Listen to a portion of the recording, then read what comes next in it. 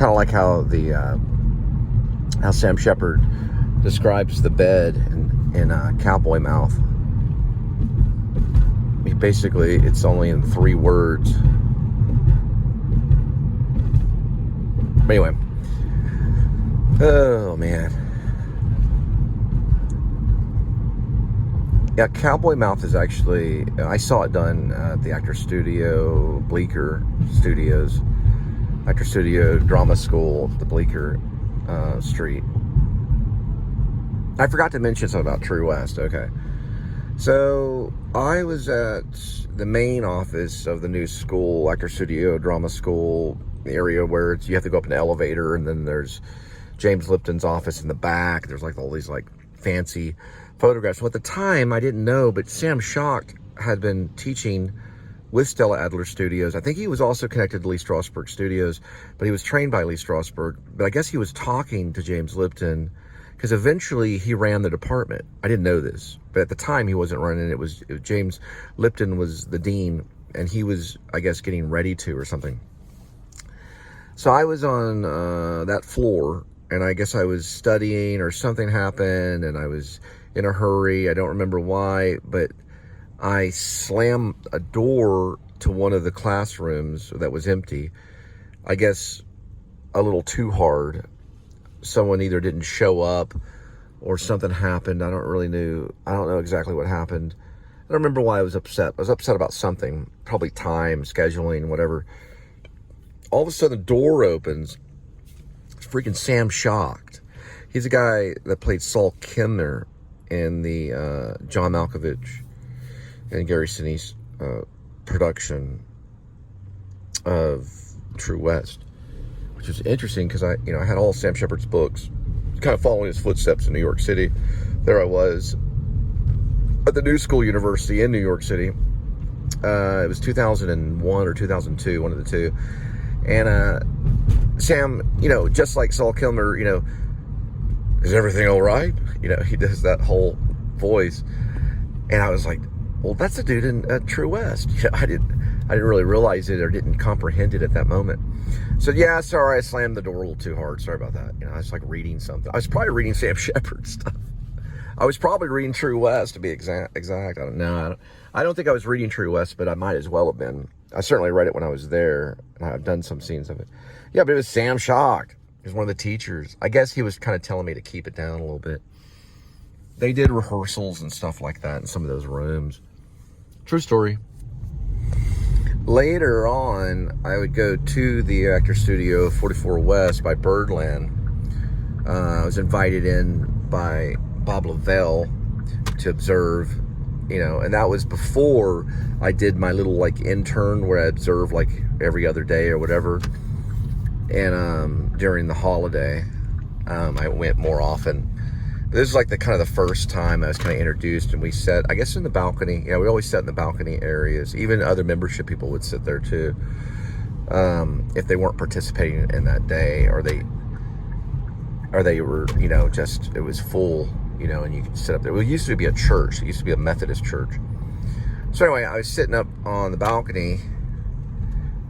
I think, yeah, Bob was still alive. He was there. And yeah, Sam Schock was doing a scene from Chekhov's Three Sisters.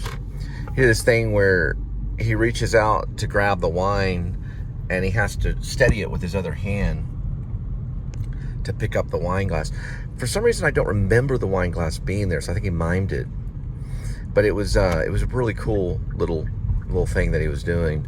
So he was actively participating in the training about the sneeze. Yeah, he was participating in the training of actors more than anything.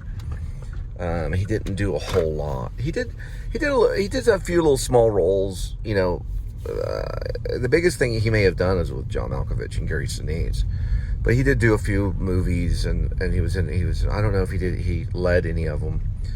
I don't know if he had any starring roles, but he was a psychoanalyst.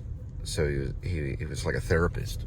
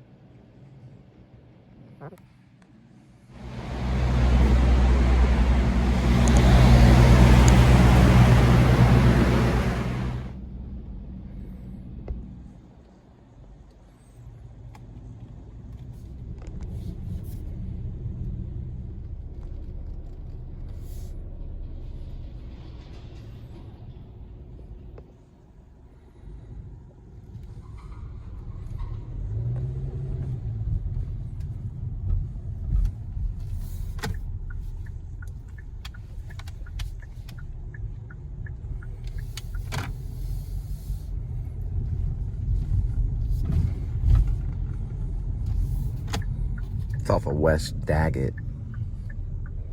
That's the bar community over that way, food and drinks.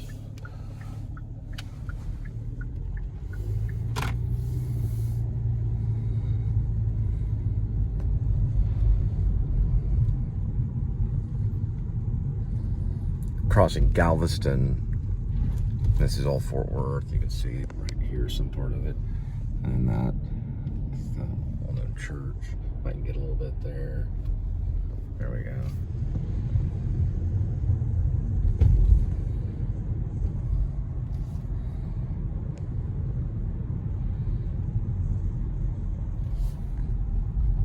And this is West Vickery, so that's why they call it Stage West, because it's west that way. It was off of West Vickery. Instead of calling it Vickery Theater, they just used the first word, West. Stage West. Maybe said Stage West Vickery, but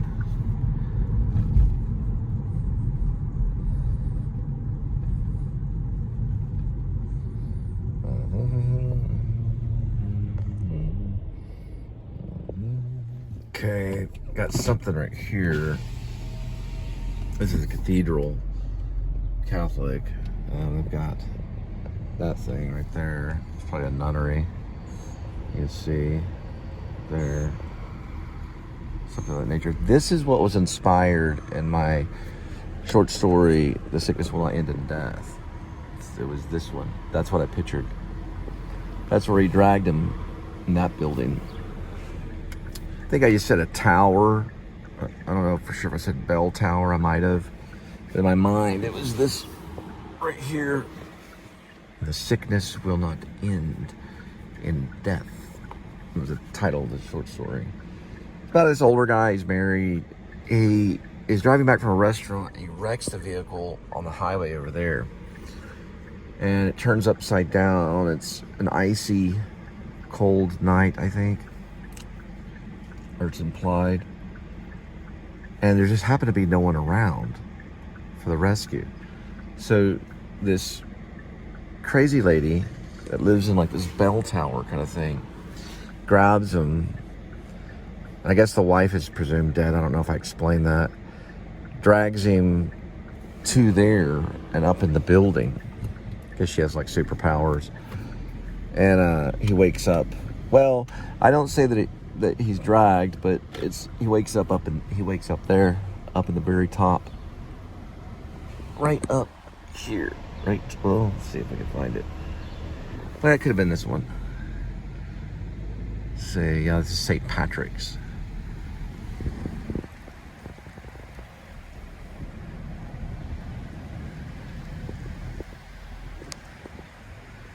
Anyway, he wakes up at the top of it, and then he's held there for a while.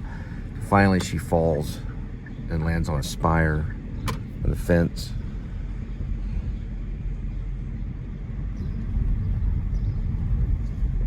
I mean, she falls off and lands. It's kind of Stephen King-ish. She has all this, I forget, remember there's some kind of thing that she was writing or something and was giving it to him or something. It was kind of loosely based on Misery. Oh, we might go by Circle. Let's see, what does this one say? Let's see. Oh, I see. Nah, this could be the tower. Whoa. Oh, we're still going? This could be the tower. That's what I'm thinking. No, see, the tower's over that way. So it's not. It's up there.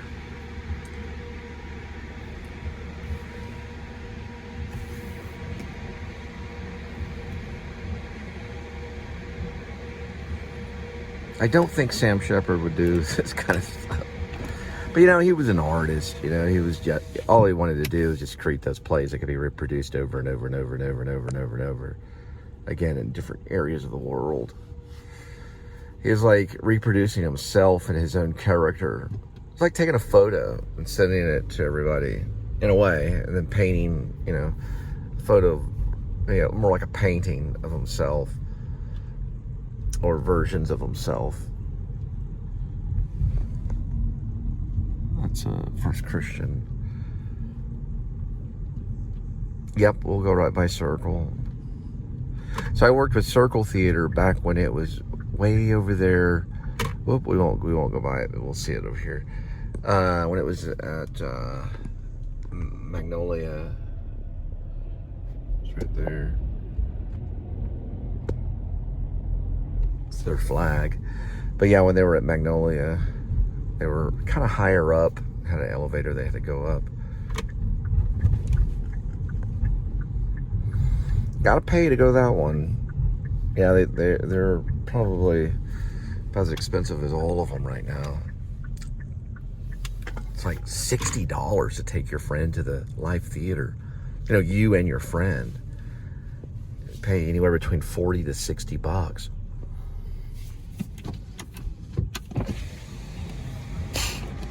Shoot, they used to be 10 bucks. You and your friend could go for 20. Now it's double that. Oh, it's in one of these. No, I think I know where it's at. It's probably in this one, in the Worthington. Oh man, had a mime disaster there. There's a Mardi Gras festival, and they had it in there. We were mimes. We sweat every single ounce of mime makeup off. At the Worthington.